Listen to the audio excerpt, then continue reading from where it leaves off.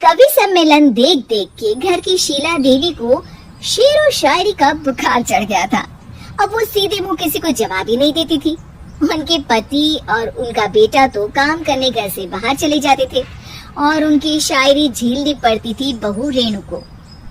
अब सास बोलती नहीं, अर्ज करती थी, संदूक पे रखी संदूक, संदूक में रखे झुमके, बहू झुमके निकाल के दे मेरे, कहाँ लगा रही है ठुमके।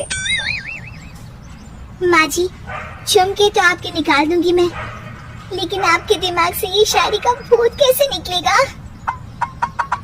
छोटे लोग नहीं समझेंगे, शायरी है शौक बड़ा, तू अपने काम से काम रख, मेरे काम में मत टांग अड़ा। शौक अलग बात है, लेकिन हर चीज में अपना शौक डाल देने से जगह साई हो सकती है सासू माँ। अरे मैं हूँ एक नंबर कलाकार, कोई ऐसी वैसी बला नहीं, तुम घर के कामों में उलझी, समझोगी मेरी कला नहीं। ठीक है माँ जी, आप नहीं समझती तो कोई बात नहीं, लाओ मैं आपके झुमके ही निकाल कर दे देती हूँ। बहू सास के झुमके निकाल कर देती है और वहाँ से चली जाती है। शाम को बहू अपने पति से शिकायत करती है, सुनिए जी, आप माँ को कुछ समझाते क्यों नहीं? अरे क्या समझाना है माँ को? अरे अपनी शायरी थोड़ी कम करे ना। अरे तुमको उनकी शायरी से क्या दिक्कत है? अरे मुझे नहीं, पर पड़ोस में सब लोग हंसते हैं, कहते हैं बुढ़ापे में लोग सठिया जाते हैं, लेकिन शीला जी तो शायर हो गई हैं। अरे लोगों का काम है कहना, लोगों की बातों का क्या टेंशन लेना। अरे वाह, मैंने भी शेर कह दिया, वाह वाह वाह। देख लो, तुमसे किसी ने कहा नहीं और तुम्हारे सामने कोई माँ की बुराई नहीं करता तो तुमको फर्क नहीं पड़ रहा। अरे तुम खामखा की बात का बतंगड़ बना रही हो। चलो चाय बना कर ले आओ मेरे लिए, साथ पियेंगे, कोई ढंग की बातें करेंगे। रीनू चाय बनाने लगती है। पहले वो अपने पति को चाय देती है, फिर सास को और आखिर में अपने ससुर को। लेकिन वो देखती है कि ससुर जी कुछ परेशान से हैं। क्या हुआ ससुर जी, कोई बात हो गई है क्या?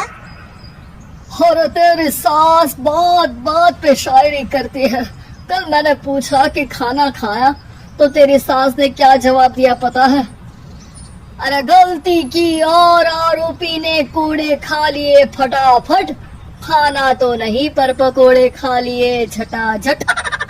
अब बता क्या जवाब दूं इस बात का? वो तो सभी से शायरी में ही बात कर रही है, मुझे भी समझ में नहीं आता कि क्या करूं मैं। बेटा उसको उसी की भाषा में जवाब देना पड़ेगा। मैं तो आम बातचीत में भी उसके सामने कुछ नहीं बोल पाता, शायरी में क्या बोलूंगा भला।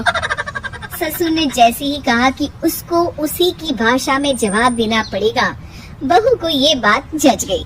अगले ही दिन वो शायरी की कुछ किताबें लेकर आई और शायरी की प्रैक्टिस करने लगी ताकि सास को उन्हीं की भाषा में जवाब दे सके।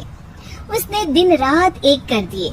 एक दिन सब साथ में बैठकर टीवी देख रहे थे, तभी रेणु सबके लिए बिरयानी बनाकर लाती है, लेकिन सास को बिरयानी भाती नहीं।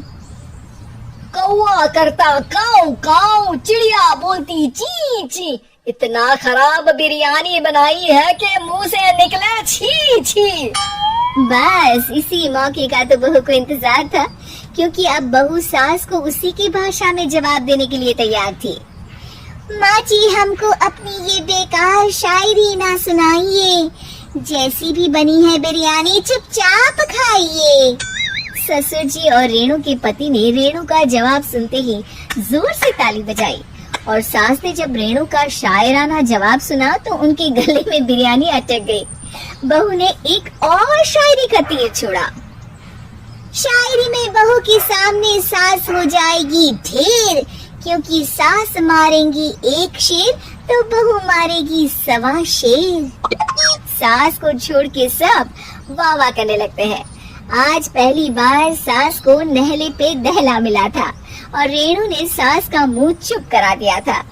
अगले दिन रेणु का पति उससे कहता है, अरे वाह तुमने तो माँ की बोलती ही बंद कर दी, मजा आ गया। अब मेरे लिए कुछ बना दो, खाकर मैं काम पर चला जाऊं। शायरी ही है मेरा जीवन, वही करूंगी जी भर के। नौकरानी रख लो कोई, काम नहीं करूंगी मैं घर के। अरे तुम क्या माँ जैसे हरकतें करने लगी, सीधी सीधी बात करो ना। हो गई कल शायरी, रोज थोड़ी ना करोगी। शीशी भरी गुलाब की पत्थर पे फोड़ दो, जो मुझे शायरी से रोके उसके कान मरोड़ दो। पति घबराकर वहाँ से चला जाता है और बाहर उसके पिताजी के पास जाकर बैठ जाता है। दोनों अपनी बीवियों की शायरी से परेशान है। ससुर को पछतावा होता है कि क्यों उसने बहू को सास की भाषा में ही जवाब देने का आइडिया दिया। अब तो घर में दो दो शायर हैं। दोनों एक साथ दुखी स्वर में कहते हैं, हम दोनों की ही बीवियां जब से शायर हो गई है, क्या बताएं जिंदगी एक फटा हुआ टायर हो गई है।